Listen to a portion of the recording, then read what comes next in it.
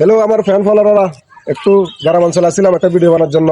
আর একটা যদি গ্রামের লোক পাই, ওনাকে একটা প্রশ্ন করুন।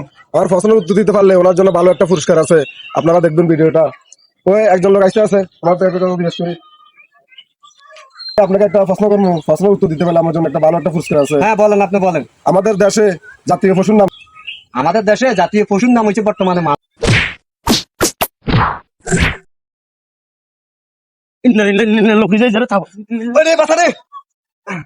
ভাই আমি বলি, আমি বলি আমি কেন বর্তমান মানুষদেরকে কিভাবে কেন পশু বলেছি। 90% মুসলিম দেশ বাংলাদেশ, আমাদের প্রান্তীয় দেশ।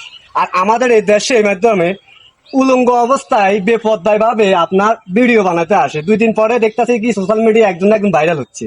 এটাকে নিয়ে আমাদের মতো যুবক সমাজ কেউ কথা বলে না। আপনাদের মতো সাংবাদিকরা আরো যায় তাদের ইন্টারভিউ নেই, কথা বুঝতে পারছি। তাহলে আপনি আমাকে বুঝান তাদের মস্তকটা কতটুকু দেখছে। একজন প্রকৃত মানুষের দ্বারা একজন মুসলমান হিসাবে আপনি এই জিনিসটা গ্রহণ করতে পারেন কিনা? না, আসলে উনি যে কথাগুলো বলছে এটা একটা বাস্তব কথাই কইছে। আমি ওনাকে থাপড় দেওয়াটা আমার ভুল হয়েছে, আমি কথাটা আগে বুঝিল না ছিল, বুঝলেন? আপনি আমার কথা মনে করবেন না, এবং সারা বিশ্বের মানুষদের জন্য বলছি, আমাদের দেশে বেপর্দাশীল যে নারীগুলো আছে তাদেরকে আপনারা রুখে দাঁড়ান এবং তাদের বিরুদ্ধে আপনারা একটু প্রতিবাদ করেন।